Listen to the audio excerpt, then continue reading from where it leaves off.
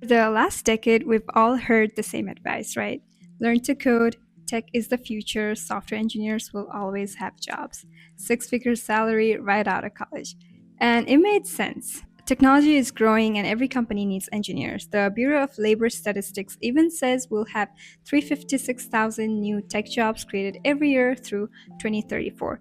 So you did what you were supposed to do. You spent 4 years grinding through data structures and algorithms. You survived those professors who seemed to enjoy watching students struggle. You graduated with your degree, ready to start a career, and then reality hit different. So here's what's actually happening right now. In 2025 alone, and we're only in October, 180,000 tech workers have been laid off. Last year, it was 237,000. That's over 400,000 jobs lost in less than 2 years. These aren't just numbers on a spreadsheet, these are real people. Maybe new parents trying to figure out how to pay their mortgage, or a new grad who moved across the country for their dream job. People who did everything right and still got caught in the wait. And here's the part that really got me. So, the New York Federal Reserve just released data on college graduate unemployment rates, and I had to read it 3 times because it did not make sense.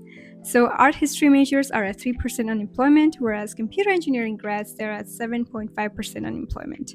Even journalism major, the field that everyone says is dying, are at 4.4%.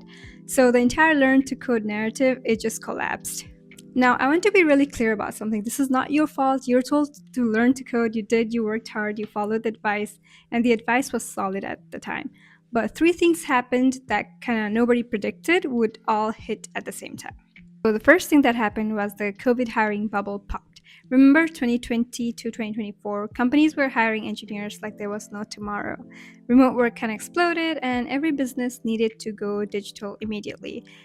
Tech companies couldn't hire fast enough, but they overhired significantly, and now they are kind of correcting for that mistakes. Unfortunately, that correction is still hitting all of us. And the second thing was the market got flooded with experienced engineers. So when 180,000 people lose their jobs, they don't just disappear. They start applying for a new position, including entry-level position. So now you're not just competing against your classmates. You're competing against someone who, let's say, got laid off from Google or Meta with 5 to 7 years of experience, who is willing to take an entry-level salary just to keep their career going. And put yourself in a hiring manager's shoe for a second. One position open, two candidates, a fresh graduate with school projects or an ex-Google engineer with a proven track record. It's not personal, it's just math at that point. And the third thing is AI is changing what companies need. Here's a stat that really matters. So 92% of IT jobs will be transformed by AI, and entry-level positions are being hit the hardest. 37% of those roles are changing or disappearing. So all those junior tasks that used to be how you'd learn and prove yourself, the bug fixes, the simple feature, the grunt work, companies are looking and saying, why hire three junior developers when one senior engineer with GitHub Copilot can handle all of this? And if you're an international student, I need to know, I see how much harder this is for you.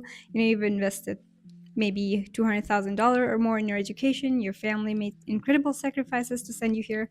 You came here, and now there is the new 100,000 fee for H-1B visas. So you have 90 days of unemployment before your visa status is at risk, and you're competing against those same 180,000 laid-off engineers, but with extra obstacles that they don't face.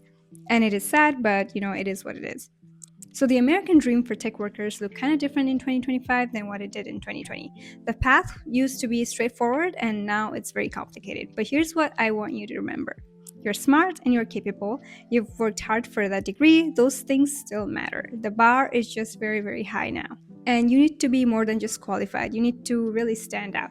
But that does not mean you can't make it. It just means the journey looks different than what we were told it would be. So if you're in this fight right now, keep going, build real projects, and find your specialization. Connect with people, keep learning, and most importantly, be kind to yourself. You're not behind, you're not falling, you're navigating a market that nobody prepared you for. Bye.